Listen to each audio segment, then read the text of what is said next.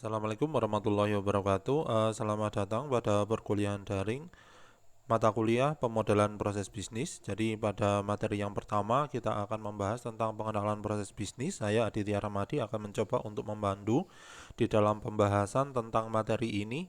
Silakan mengikuti, semoga bermanfaat. Baik, jadi pada perkuliahan materi yang pertama yaitu tentang pengenalan proses bisnis, kita akan bagi menjadi 3 objektif perkuliahan. Yang pertama, kita akan membahas tentang motivasi dan definisi dari kenapa sebuah organisasi itu membutuhkan suatu proses bisnis. Yang kedua, kita akan membahas tentang siklus hidup proses bisnis, yang mana di sini siklus hidup akan dibagi menjadi 4 kegiatan atau 4 proses.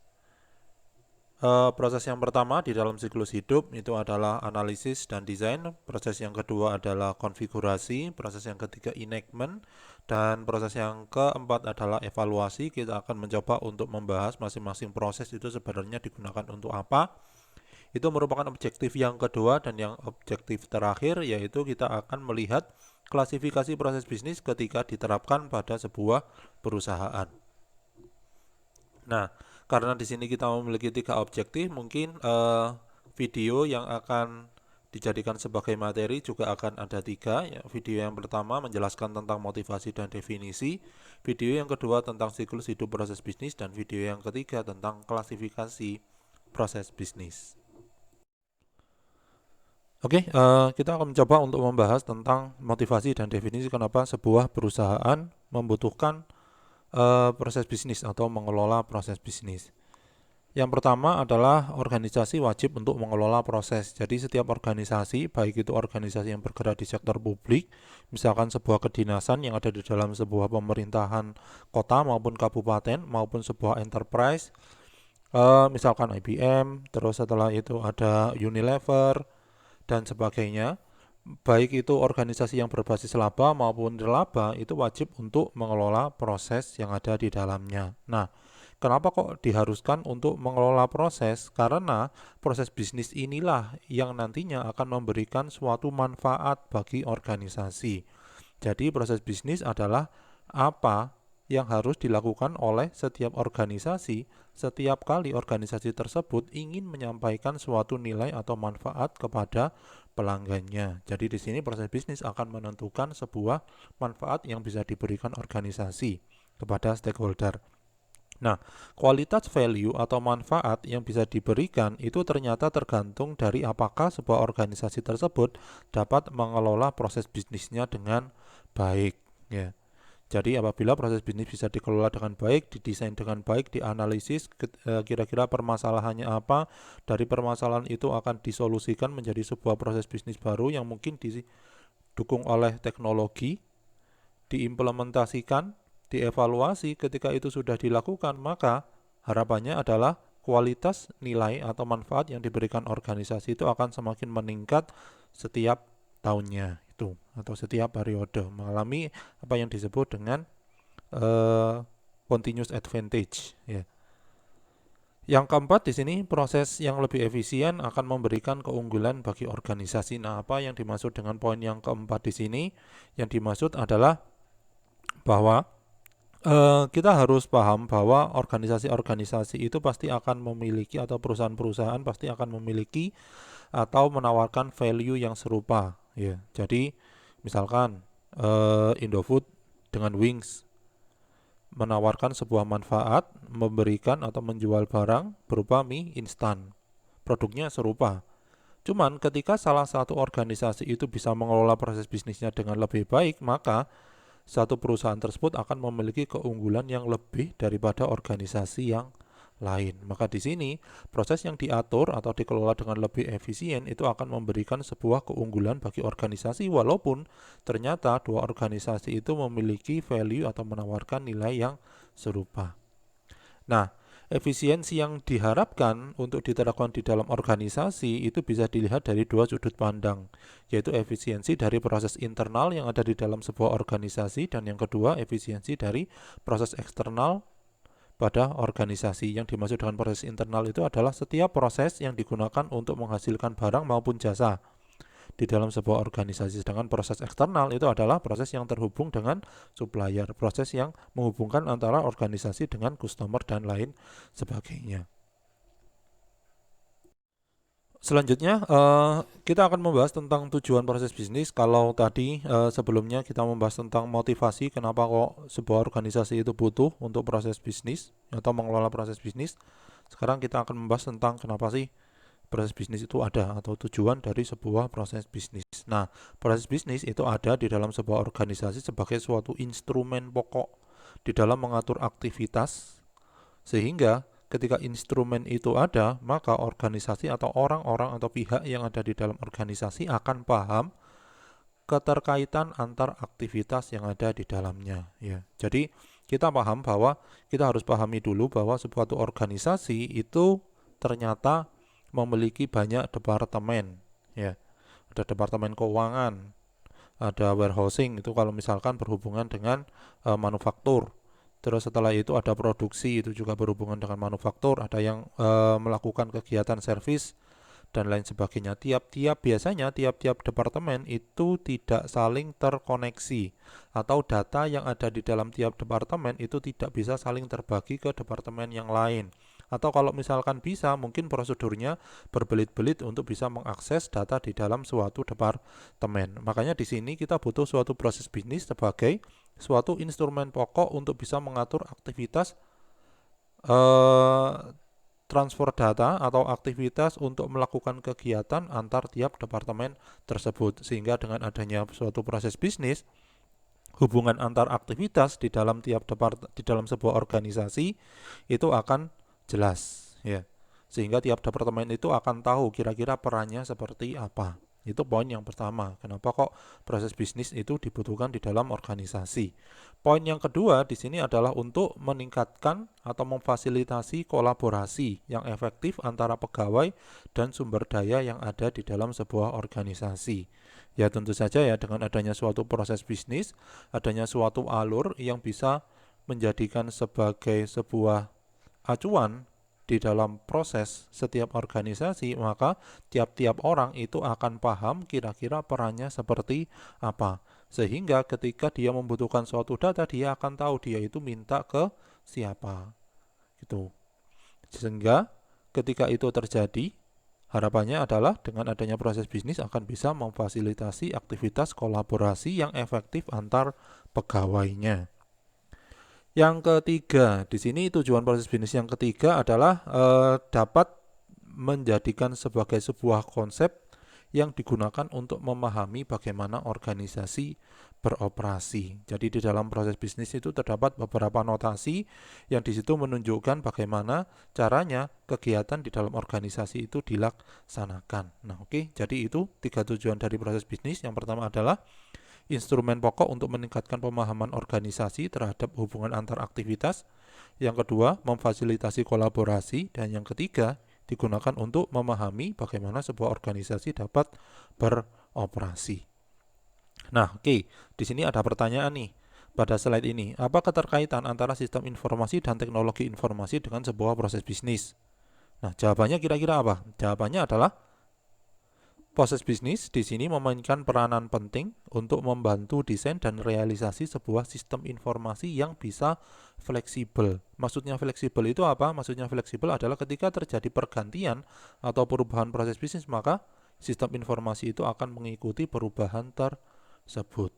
Nah, itu ya, keterkaitan antara sistem informasi dan teknologi informasi dengan suatu proses bisnis. Nah, untuk selanjutnya di sini sebuah proses bisnis kita sudah tahu motivasi dan motivasi dari proses bisnis itu ada di dalam organisasi dan tujuannya. Sekarang kita akan mencoba untuk membahas tentang unsur penyusun dari sebuah proses bisnis. Jadi di sini ada 7 unsur penyusun proses bisnis, mulai dari event, activity, decision, aktor, objek fisik, informasi dan data, serta value atau manfaat yang bisa diberikan oleh sebuah proses bisnis kepada stakeholder. Oke, untuk slide selanjutnya kita akan mencoba untuk membahas penjabaran dari tiap-tiap unsur yang sudah kita bahas di slide ini.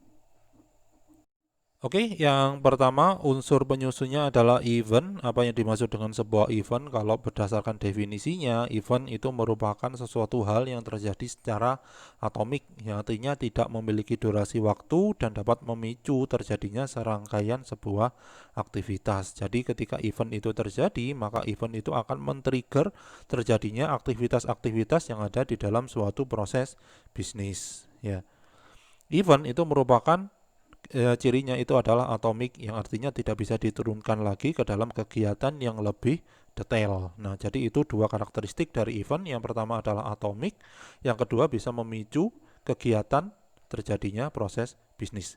Memicu dimulainya sebuah proses bisnis, itu yang dimaksud dengan event. Nah, contohnya seperti apa event ini? Contohnya adalah tibanya bahan baku di sebuah pabrik garment. Nah, kenapa kok yang namanya tibanya bahan baku di sebuah pabrik garment ini menjadi sebuah event? Karena event ini, yaitu tibanya bahan baku, itu akan memicu terjadinya serangkaian aktivitas. Yang pertama, itu apa? Ada pengecekan bahan baku oleh bagian gudang, apakah bahan baku tersebut sudah memenuhi kualitas atau tidak. Kalau misalkan ternyata bahan bakunya sudah memenuhi kualitas, ya langsung saja oleh bagian pergudangan bahan baku tersebut akan disimpan ke dalam gudang sesuai dengan seri tertentu atau tempat penyimpanan tertentu. Selanjutnya, kalau misalkan sudah disimpan di dalam gudang, kalau misalkan pihak atau bagian produksi menginginkan untuk mengambil bahan baku tersebut, maka bagian produksi harus minta izin ke pergudangan atau bagian pergudangan untuk bisa mendapatkan bahan baku yang diinginkan. Nah, jadi di sini tibanya bahan baku di sebuah pabrik garment itu akan memicu tiga aktivitas tadi. Yang pertama, dicek dulu kualitasnya, yang kedua disimpan kalau sudah sesuai kualitas bahan bakunya, dan yang ketiga diserahkan ke bagian produksi untuk melakukan kegiatan manufaktur. Nah, itu yang disebut dengan event. Oke, kita masuk ke unsur penyusun yang kedua, yaitu activity. Activity itu apa? Activity itu merupakan aktivitas yang sederhana dan dapat dilihat sebagai satu satuan pekerjaan yang dilakukan dan memiliki sifat yang atomik. Ya. Ketika suatu aktivitas itu memiliki dua karakteristik ini, yang pertama adalah itu sederhana. Maksudnya sederhana itu apa? Maksudnya sederhana itu merepresentasikan satu satuan pekerjaan. Yang kedua, memiliki karakteristik atomik, yaitu tidak dapat dijabarkan menjadi kegiatan yang lebih detail. Maka unsur penyusun, yaitu activity ini, disebut sebagai sebuah task. Ya. Jadi apa yang dimaksud dengan task? Task itu merupakan suatu activity yang memiliki karakteristik. Yang pertama adalah sederhana, yang dapat direpresentasikan menjadi satu satuan pekerjaan dan memiliki sifat atomik. Itu yang disebut dengan task. Contohnya seperti apa? Contohnya di sini adalah pengecekan bahan baku yang dilakukan dengan sederhana, yaitu memeriksa barang yang diterima apakah sudah sesuai dengan daftar pemesanan barang yang sudah dituliskan oleh bagian pemesanan. Maka ketika ini dilakukan, aktivitas ini disebut sebagai sebuah aktivitas task. Ya, tidak bisa diturunkan lagi menjadi aktivitas atau tidak bisa dijabarkan lagi menjadi kegiatan yang lebih detail. Nah, jenis activity yang lain itu adalah memiliki karakteristik, yaitu aktivitas yang dilihat sebagai serangkaian pekerjaan dan bersifat non-atomik. Maksudnya apa di sini? Maksudnya adalah suatu aktivitas tersebut masih bisa dijabarkan lagi menjadi kegiatan yang lebih detail. Ketika suatu kegiatan itu memiliki karakteristik ini, maka kegiatan disebut sebagai suatu activity. Jadi di sini unsur penyusun dari proses bisnis activity itu bisa dibagi menjadi dua. Yang pertama, jika activity tersebut bersifat atomik maka disebut dengan task. Jika bersifat non-atomik maka bisa disebut sebagai activity. Nah, contoh activity ini seperti apa? Contoh activity ini contohnya adalah pengecekan bahan baku yang dilakukan dengan serangkaian langkah pemeriksaan, ya. Seperti memeriksa kualitas dan memeriksa waktu kedatangan. Maka aktivitas-aktivitas ini akan disebut sebagai sebuah activity, karena kegiatan pengecekan itu akan bisa dilakukan dengan dua langkah. Yang pertama adalah memeriksa kualitas dan yang kedua adalah memeriksa waktu kedatangan. Nah, itu merupakan unsur penyusun, yaitu sebuah activity di dalam proses bisnis. Unsur penyusun yang ketiga di dalam suatu proses bisnis adalah sebuah decision. Nah, decision ini merupakan pemilihan keputusan yang bisa mempengaruhi bagaimana proses itu akan dilakukan eksekusi. Ya, contohnya adalah di sini berdasarkan hasil pengecekan bahan baku tadi, maka didapatkan suatu keputusan bahwa supervisor dapat mengambil suatu keputusan untuk mengembalikan barang ke supplier. Karena apa?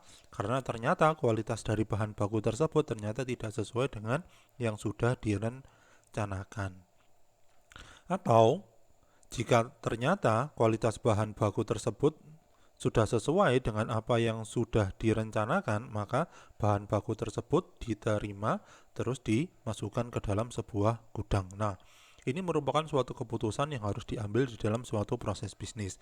Proses-proses bisnis itu akan memiliki banyak variasi jika terjadi suatu banyak decision yang terjadi di dalam suatu kegiatan proses bisnis. Jadi, variasi di dalam suatu proses bisnis itu akan semakin tinggi jika terdapat banyak unsur penyusun berupa decision. Masuk ke unsur penyusun yang keempat dari sebuah proses bisnis, yaitu aktor. Jadi aktor di sini dibagi menjadi dua. Sebelum kita membahas tentang kategori dari aktor, kita akan definisikan terlebih dahulu aktor itu sebenarnya siapa. Nah, aktor di sini adalah sebuah atau seorang manusia, sebuah organisasi atau sebuah sistem perangkat lunak yang melaksanakan sebuah kegiatan di dalam organisasi. Itu yang disebut dengan sebuah aktor. Seperti yang sudah saya katakan tadi, aktor dapat dibagi menjadi dua. Yang pertama adalah eksternal atau aktor eksternal, dan yang kedua adalah aktor internal. Siapa sih aktor internal? Aktor internal itu merupakan pihak-pihak yang ada di dalam organisasi yang melaksanakan tiap kegiatan pada suatu proses. Nah, aktor internal ini nama lainnya itu adalah proses partisipan, ya, atau yang disebut dengan partisipan. Jadi kalau misalkan di dalam sebuah konteks proses bisnis, kalian mendengarkan apa yang dimaksud, kalian mendapatkan suatu istilah yang disebut dengan partisipan, maka kalian harus paham bahwa partisipan itu adalah aktor internal. Yang kedua adalah aktor eksternal. Nah, aktor eksternal ini merupakan siapa? Aktor eksternal ini adalah orang atau merupakan pihak yang beroperasi di luar organisasi pada sebuah proses yang dieksekusi. Nah, di sini aktor eksternal disebut juga sebagai sebuah business party. Ya, jadi di sini ada dua aktor, pembagian aktor. Yang pertama adalah eksternal atau yang disebut dengan business party, dan yang kedua adalah internal yang disebut dengan proses partisipan. Nah, di antara aktor yang terlibat pada suatu proses, pihak yang mengkonsumsi luaran dari sebuah proses itu disebut dengan customer. Nah, customer sendiri itu dibagi menjadi dua, yaitu internal dan eksternal. Customer eksternal itu adalah orang yang ada di luar organisasi yang mendapatkan keuntungan dari proses bisnis yang dijalankan oleh organisasi, atau mendapatkan nilai dari proses bisnis yang dijalankan oleh organisasi. Itu yang disebut dengan customer eksternal. Contoh customer eksternal seperti apa? Kalau misalkan di sini Indofood yang menghasilkan sebuah proses bisnis yang bisa menghasilkan barang yang dinamakan Indomie, berarti faktor eksternalnya atau customer eksternalnya adalah ya pelanggan atau pembeli dari produk tersebut. Yang kedua, customer dibagi menjadi dua. Yang pertama eksternal sudah kita jelaskan tadi, yang kedua adalah internal. Nah, apa yang dimaksud dengan customer internal? Customer internal ini merupakan seorang customer yang ada di dalam sebuah organisasi yang mengkonsumsi luaran atau nilai dari hasil proses bisnis yang dilakukan oleh perusahaan. Nah, contohnya customer internal ini siapa? Misalkan di sini adalah CEO. Ya, CEO itu merupakan customer internal. CEO kenapa kok disebut customer internal? Karena di dalam suatu kegiatan proses bisnis, misalkan proses bisnisnya di dalam suatu aktivitas edukasi atau suatu pendidikan tinggi, kegiatannya adalah melakukan kegiatan pengajaran. Setiap kali proses pengajaran itu selesai, maka akan dihasilkan sebuah laporan. Laporan ini akan merepresentasikan kira-kira apakah kegiatan pengajaran yang dilakukan oleh tiap-tiap dosen itu sudah sesuai dengan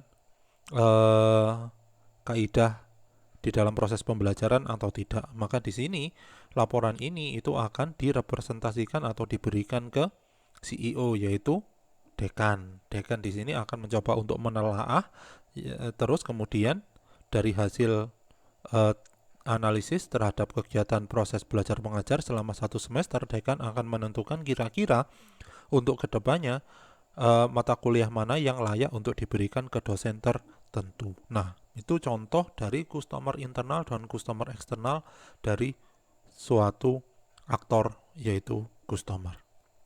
Jadi sekali lagi, aktor dibagi menjadi dua, yang pertama eksternal dan internal. Di dalam sebuah aktor itu ada yang dinamakan pihak yang mendapatkan suatu nilai dari hasil proses bisnis yang disebut dengan customer. Customer sendiri itu dibagi menjadi dua, yaitu customer internal maupun customer eksternal. Baik, pada slide ini kita akan membahas tentang 3 unsur penyusun dari proses bisnis, yaitu unsur ke-5, ke-6, dan ke-7 yang disebut dengan objek fisik, data, dan juga value. Nah, apa yang dimaksud dengan objek fisik? Dari definisinya, objek fisik itu merupakan benda fisik yang menjadi keluaran atau output atau masukan dari kegiatan suatu proses. Ya. Jadi objek fisik atau benda fisik yang menjadi keluaran atau menjadi input. Kalau misalkan keluaran dari sebuah proses, kalau input ke dalam sebuah proses. Contohnya adalah apa? Contohnya adalah adanya material atau bahan baku yang akan bisa digunakan untuk kegiatan produksi di dalam sebuah perusahaan manufaktur. Itu contoh yang pertama.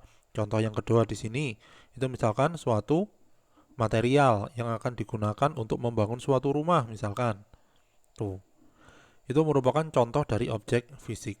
Cirinya ada dua, yang pertama adalah benda fisik, yang kedua bisa menjadi keluaran output atau input ke dalam sebuah proses atau menjadi luaran dari sebuah proses. Yang kedua adalah data.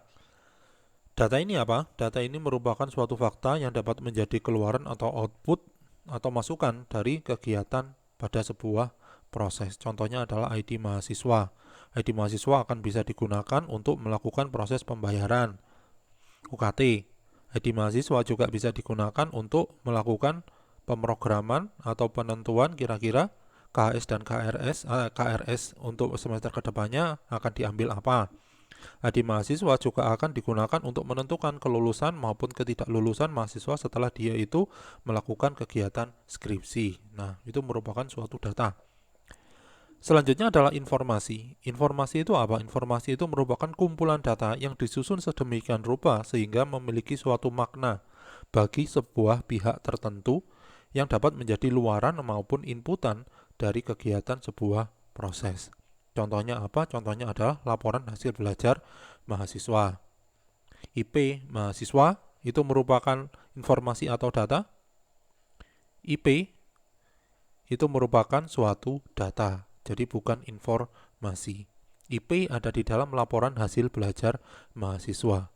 Jadi selain IP, berarti laporan hasil belajar mahasiswa di dalamnya juga terdapat yang namanya nama mahasiswa, terus ada NIM mahasiswa, KRS dan KHS yang sudah dilakukan itu apa saja, atau mata kuliah yang sudah ditempuh itu apa saja.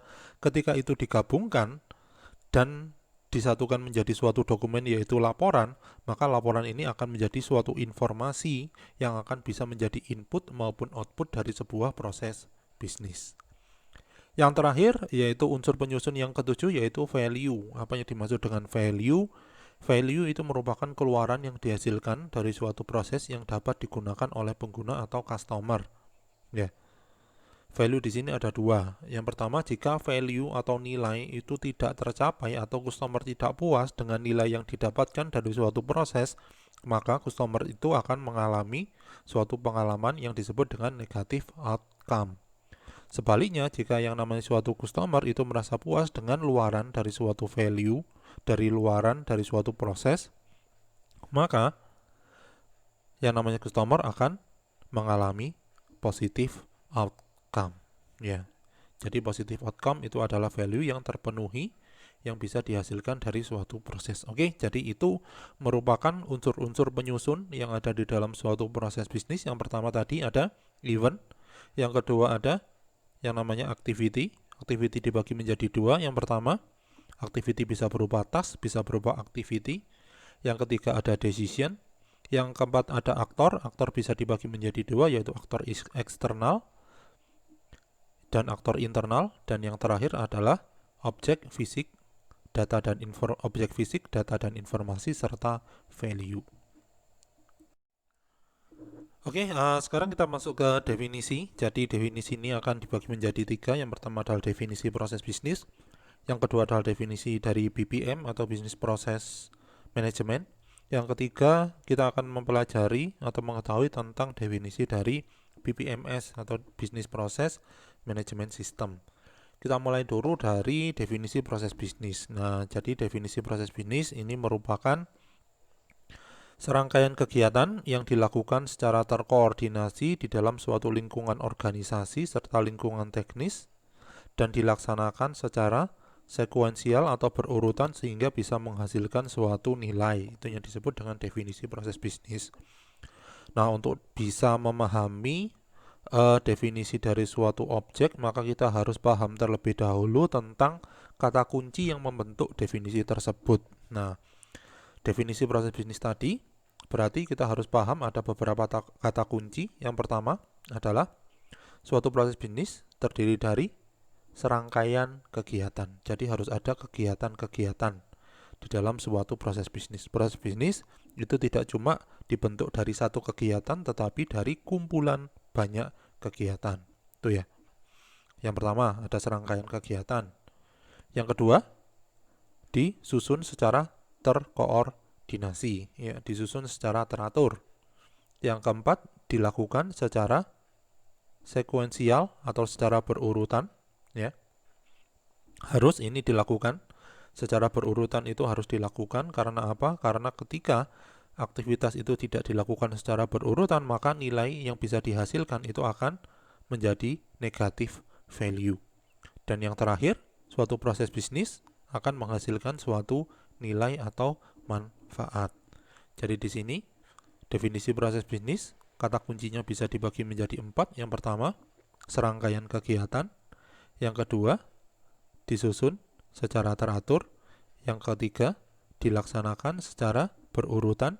Dan yang keempat, menghasilkan suatu nilai bagi stakeholder. Nah, jadi di sini ketika suatu organisasi sudah melaksanakan kegiatan proses bisnisnya dengan baik, maka organisasi tersebut kemungkinan besar itu akan bisa mewujudkan tujuan bisnis. Jadi setiap proses bisnis yang diberlakukan oleh suatu organisasi itu dapat berinteraksi dengan proses bisnis yang dilakukan oleh departemen lain maupun dilakukan oleh organisasi yang lain. Nah, itu merupakan definisi dari proses bisnis. Yang kedua, definisi dari BPM, Business Process Management, bahasa Indonesianya adalah manajemen proses bisnis.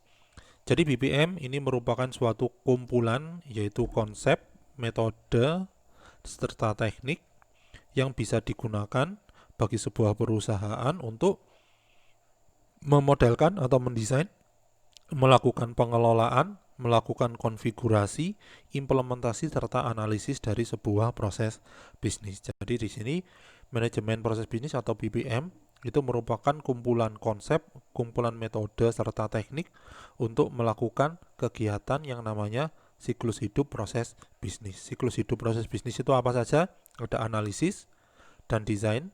Yang kedua ada konfigurasi, yang ketiga ada implementasi atau yang disebut dengan enactment, dan yang terakhir ada evaluasi.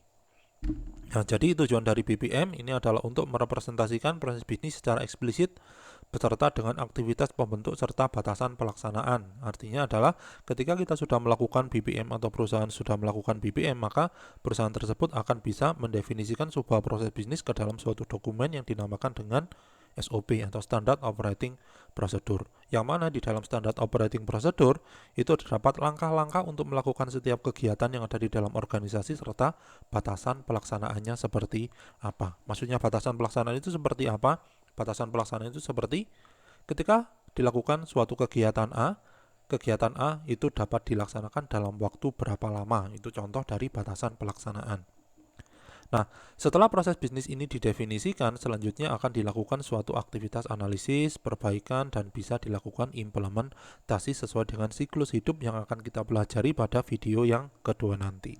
Oke, jadi itu terkait dengan definisi dari Business Process Management. Oke, definisi yang ketiga yaitu definisi BPMS atau yang disebut dengan Business Process Management System. Business Process Management System itu merupakan suatu sistem informasi yang digunakan untuk apa? Yang bisa digunakan untuk mendukung proses bisnis di dalam sebuah organisasi. Jadi contohnya seperti apa BPMS ini? Kalau misalkan di dalam Philcom, contoh dari BPMS yaitu sistem informasi yang ditujukan untuk mendukung proses bisnis adalah SIAM yang bisa kalian akses setiap kalian melakukan penentuan mata kuliah untuk semester depan. Itu contoh dari yang namanya BPMS. Contoh lainnya adalah SIAKAT yang bisa digunakan untuk mengelola kegiatan pembelajaran selama 1 semester. Itu contoh dari Business Process Management System. Setiap sistem informasi yang ditujukan untuk mendukung proses bisnis. Nah, suatu proses bisnis itu harus dimodelkan.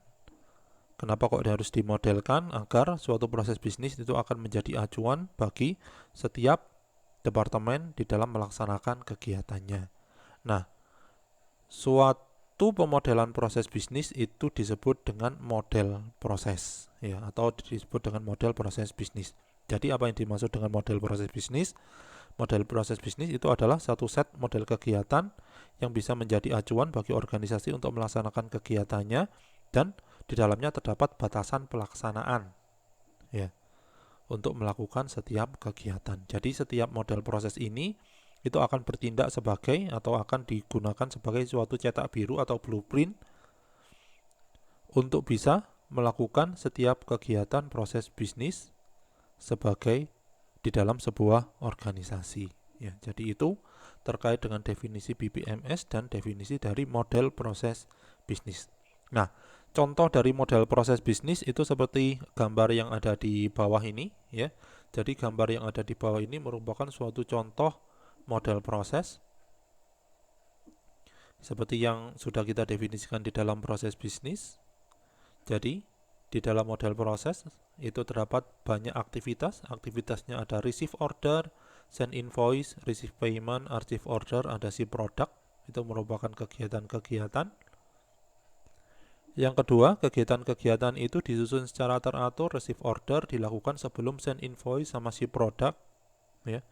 Disusun secara teratur, dilaksanakan secara berurutan. Setelah receive order dilakukan, selanjutnya akan bisa dilaksanakan send invoice dan si product. Setelah dilakukan receive payment dan si produk akan bisa dilaksanakan kegiatan archive order. Nah, ini merupakan salah satu contoh suatu proses bisnis yang sudah dimodelkan menjadi model proses bisnis. Oke, jadi itu terkait dengan definisi BPMS dan model proses bisnis. Nah, oke, jadi kita sudah melaksanakan pembahasan pada video yang pertama ini tentang pengenalan proses bisnis yaitu motivasi dan definisi. Selanjutnya akan kita lanjutkan pada video yang kedua tentang siklus hidup dari proses bisnis.